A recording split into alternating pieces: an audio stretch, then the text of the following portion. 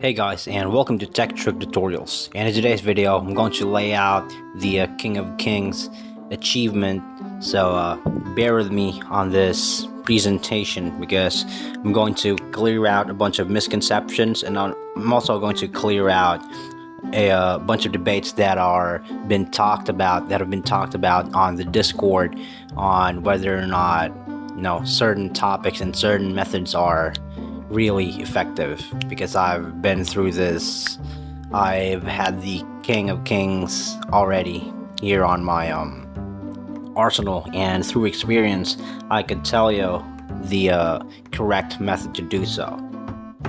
Okay, so the term King of Kings, likely refers to a specific mode or feature within the game where players, compete to establish the most powerful and dominant civilization. This is a very powerful trait to have, the King of Kings. So in this mode, players might be via control, over territories, resources, or influence. So with the ultimate goal of asserting themselves as the supreme, quote unquote, supreme ruler or King of Kings within the game world. So traits in world box refers to the characteristics of or attributes of creatures, civilizations, or environments within the game, basically. So these traits can range from physical attributes like strength and speed to behavioral traits like aggression or merely friendliness. So I'm sure you're our more experienced gents out here are more accustomed to these traits. So, but for the noobs, it's really good to start out, with the basics, basically. So, overall, Worldbox God Simulator offers players a vast, immersive sandbox experience, so allowing them to unleash their creativity, basically, and explore dynamics of world building and civilization management in a virtual setting. So, how do you get the King of Kings? So if a King of King trait has been introduced, here's a general guide on how you might obtain it or achieve the dominance within the game. So first and foremost, of course, explore the updates. Keep an eye on the game's updates and patch notes. Developers often introduce new features, traits, etc., or game modes and updates. So if a King of Kings trait has been added, it would likely be mentioned in their patch notes. So Maxim Karpenko is actually a Russian, of Russian nationality, and a lot of people right now have been waiting for this guy's latest update that he's promised like months ago. Like on the New Year's Eve, he promised that he will release the update, because that's what he basically said on the Discord. But unfortunately, for some reason, we haven't got the update yet. But we have some news from Karpenko himself telling that, thanking our beloved players, thanking his beloved players for basically their patience on the game, initially the game itself. So yeah, updates are coming soon. Next thing is, of course, game mods. Check if there's a specific game mod or scenario within Worldbox that focuses on competition or dominance. In such a mod, players might compete to become the ultimate ruler or the King of Kings, basically. So, trait serving as a marker of supremacy. It's just what basically the King of King is. So, achievements or challenges. You have to go through achievement or challenges. So some games include achievements or challenges that players can unlock by completing certain tasks or searching specific milestones. It's possible that the King of King traits could be tied to completing a particular challenging achievement related to domination and leadership. So this is basically the King of Kings is you have to like find an individual or make an individual without using the trait editor. So at least with 21 traits, I believe. Yeah, so you could create one individual by just following the format in the videos by giving the individual, without dying of course, with giving the individual a specific trait. Okay.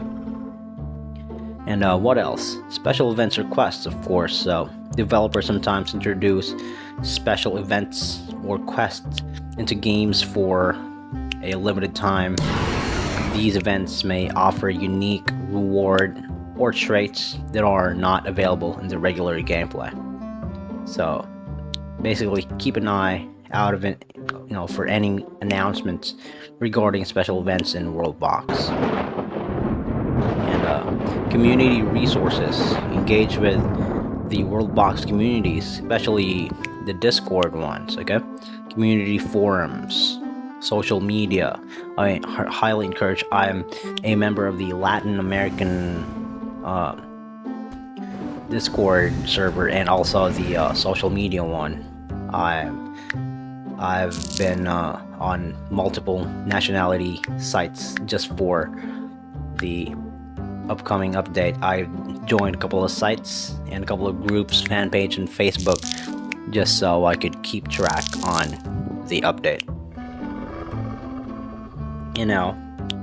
Yeah, so other players may have discovered hidden secrets or strategies within the game, so including how to obtain rare traits like King of Kings. So sharing knowledge and tips with fellow players can enrich your gaming experience basically. And sometimes you just have to, the best way to discover new features on these games, especially sandbox game like this one, is through experimentation. Try different combinations of actions, manipulation. That's how I manipulate the game world in various ways, and that's how I basically got most of my traits. So the only problem that I had back then before I got King of Kings is that transferring those traits into one person without actually using the trait editor. Okay, because I didn't just get this from one person, I got this from monsters and all of that. So observe the outcomes. Basically, you might stumble upon the King of Kings trait through your own exploration and experimentation. So just basically wait for it. And here are the traits that contribute to the richness and complexity of the virtual world players that can create and interact with. So here's a comprehensive overview of some of the main traits available in the game. So first trait, of course, is the human traits. So humans have their traits. We have strength. Okay, that's a trait that humans have. Determines physical power and combat effectiveness. The next thing is intelligence. We're still at the human trait here. So influences decisions and making, decision making, learning speed, and problem solving abilities. Next to intelligence is we have the agility here. Agility basically dictates speed and nimbleness in a movement. Endurance governs the stamina and resistance to fatigue. That's also a trait. And we also have charisma, effects in social interaction, and leadership potential, especially fertility. Okay, so it's really good for a civilization to have certain traits of fertility, so that they could have a lot of soldiers and stuff. Yeah, so that basically sums up the human trait besides the fertility here. And we also have certain traits from predators and like creature traits. Okay, so once we've already covered the human trait, now let's just move ahead to the predator and the creature traits. So the creature traits, especially the predator or prey, defines an organism's role in the food chain, of course. So we have the herd mentality. So the herd mentality basically influences behavior in groups, such as, migration patterns or defensive strategies. Next one, of course, is the territorial phase. So it determines aggression towards intruders and in a basically a creature's territory. So you'll get this trait basically on creatures like jaguars or wolves, basically. Okay. I don't know if they had this in crocodiles, but yeah. Next one, of course, is the camouflage. It allows creatures to blend in into their environment, providing stealth advantages. So I know that these sound, most of these things that I've mentioned probably doesn't appear on the basic mode, beta mode, because these are on the advanced modes, especially on mods. So flight enables aerial movements for birds and flying creatures. Now a lot of these flying creatures, I believe so, there's no such thing as birds on the beta mode, because I started out playing beta mode back in those early years, okay, of the release. Now the next one is aquatic. So indicates adaptation to water, water environments essential for underwater survival. So especially, I've had a friend who had who applied this mode to an entire city of his, and to basically replicate the lost city of Atlantis. So puts this entire civilization underwater. I know that's not nice, but I just want to talk about just the civilization traits.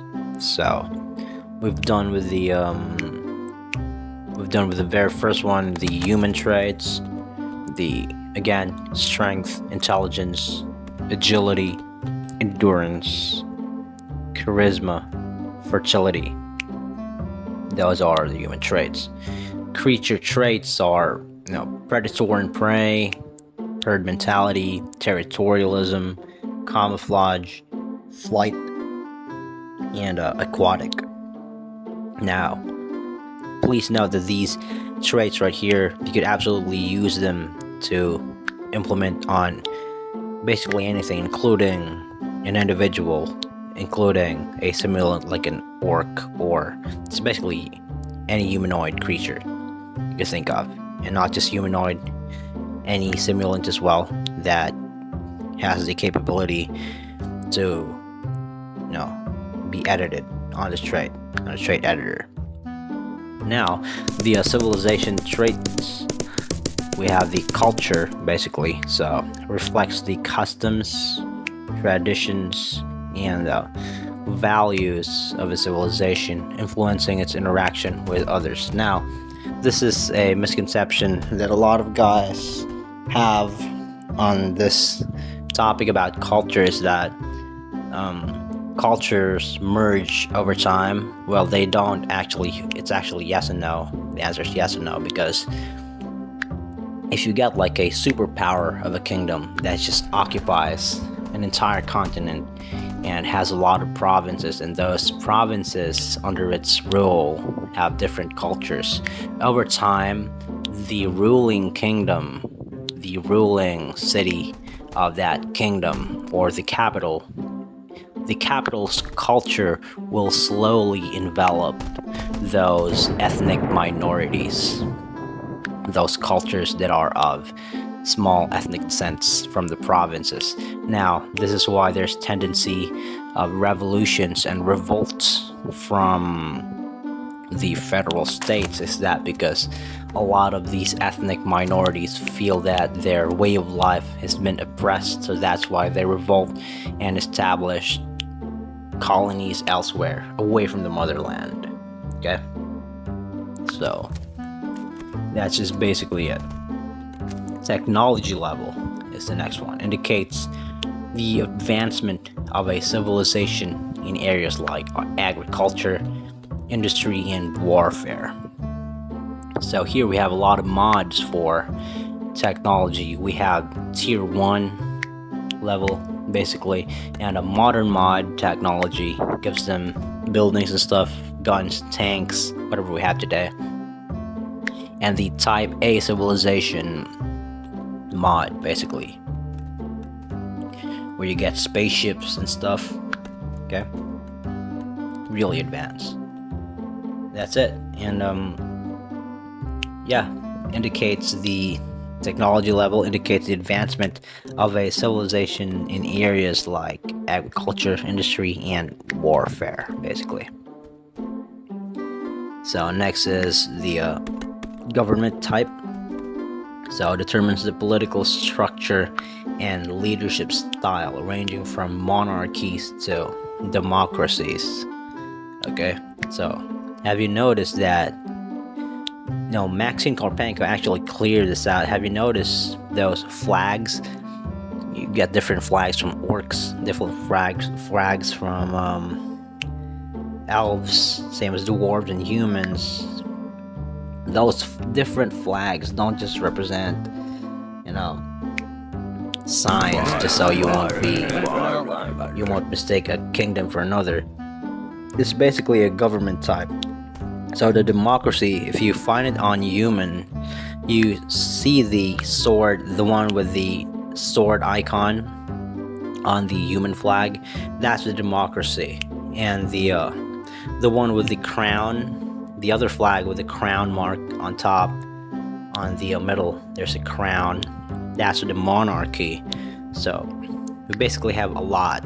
So also the Karpenko also revealed this one, that we also have fascists on this human regime, not just on the human spectrum, in all 4 types of species: human, elves, orcs, and dwarves. We have communism, and we have extreme right, like what do you call this one? Fascism. Yeah. And in fascism, you see the bird sign on the human flags. So there's a bunch of, I believe there's 8 human flags there, and you can see the one with the bird sign. That's fascism right there. So again, if you want to know all about this game as much as I do, and as much as enthusiasts like myself and geeks like myself scouring for information online about this game, really addictive game.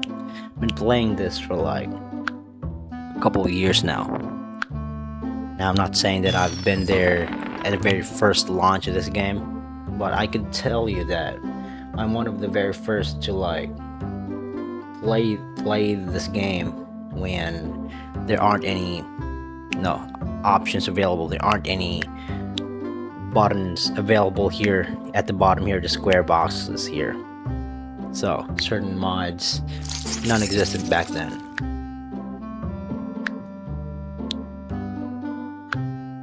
Certain buildings as well, non-existent. So anyways, that's just it. So clear out all the misconceptions about these traits and also how to get them. So immortal traits, we have this one. Also have the giant, we have necromancy, fire immunity. So a bunch of traits. There's a lot of traits actually. So hopefully I've covered some misconceptions about this one. Please join the Discord server. The link's on the description, and we welcome you to the Worldbox community. Join us on Facebook, and yeah, that's just about it. They've covered most of it.